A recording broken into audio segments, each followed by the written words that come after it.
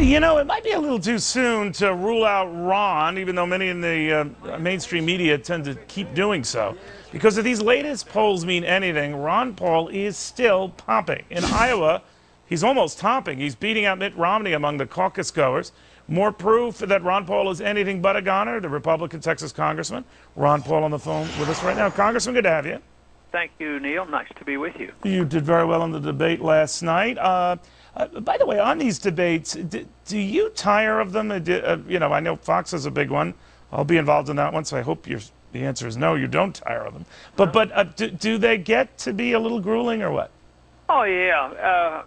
You know, sometimes you stand for a couple hours but maybe talk for 7 minutes. You know, Right. I much more prefer an interview, you know, a serious interview where the interviewer can follow up and you can follow up and explain things. So the setting is not good, and the standing around like that is not the best way to get information out. But I don't think there's any other choice. I don't think any one individual really enjoys it, but you don't have any choice. You know, if you drop out and you say, I'm not going to come, that would be very bad politically. But it's far from an ideal setting for the kind of discussion that I would like to have.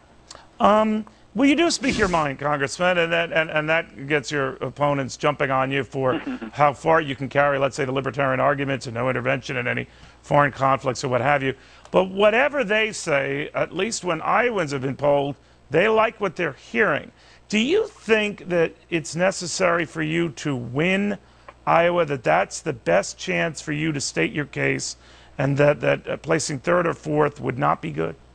Now, I think fourth or fifth would be very bad and be very discouraging because we've invested a lot of time and we're doing well, so something would have to happen to knock us down that low.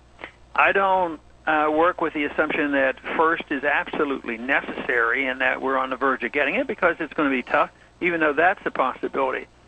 Second would be very good, and that would give us a little bit of momentum. Third is a question mark. But that's an honest assessment from me, so time will tell. But you know, one thing about Iowa is getting people determined. They keep talking about how do you get people to go out in Iowa when it's 10 below zero and the wind's blowing and snowing. And most people give us credit that our supporters will probably be the most energetic in getting out. So I think our support is more solid than the others. Well, they do come out to vote, that's for sure. Congressman, looking at the folks who you were up on that stage with last night, could you support any one of them as the nominee? I'd have trouble with what I heard last night because it's almost opposite of the defense of liberty that I'm talking about. I mean, the Republican Party is supposed to be a party of, you know, defining small government.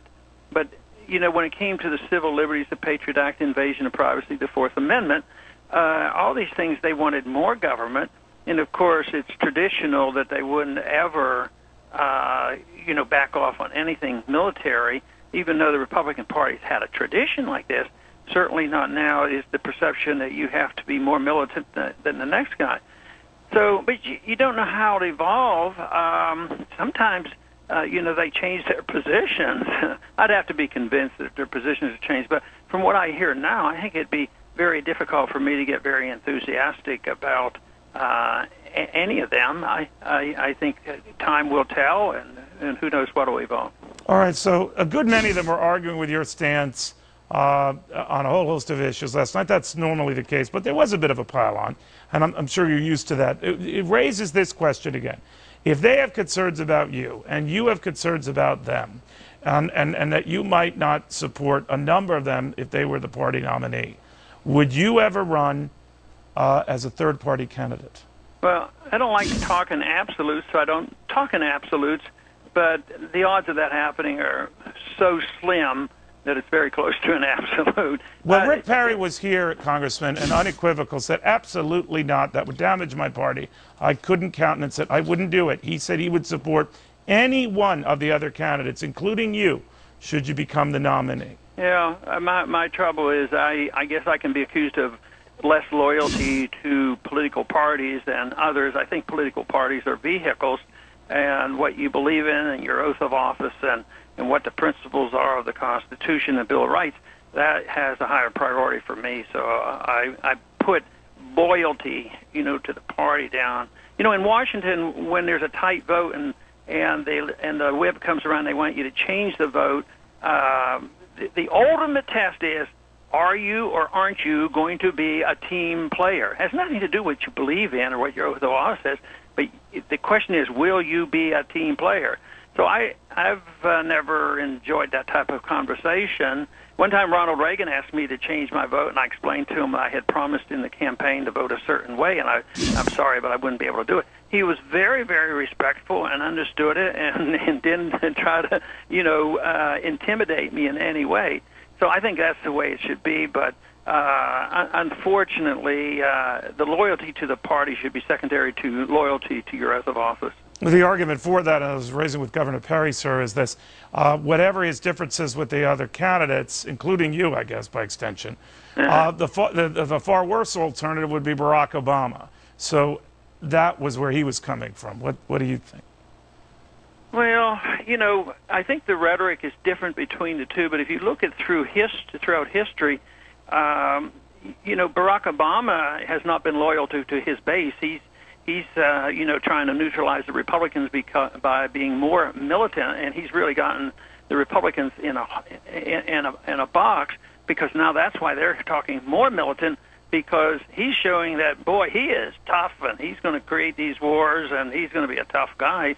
So it goes back and forth. What they say and what they do is so different, because when the Republicans, get in office and say we're the fiscal conservatives, we don't do anything about balancing the budget. We give them No Child Left Behind and prescription drug programs. This is what the people are so tired of. People see through this. So it's not so much I'm alone. I feel, although last night the crowd, probably a third of the crowd was with me, but I think a lot more than a third of the country is with me, because when I go around the country and talk this way, whether it's the young or the elderly, they're starting to understand exactly what I'm saying. Ron Paul, it's always a pleasure. Have a good Thanksgiving. Thank you, Neil. Congressman Ron Paul.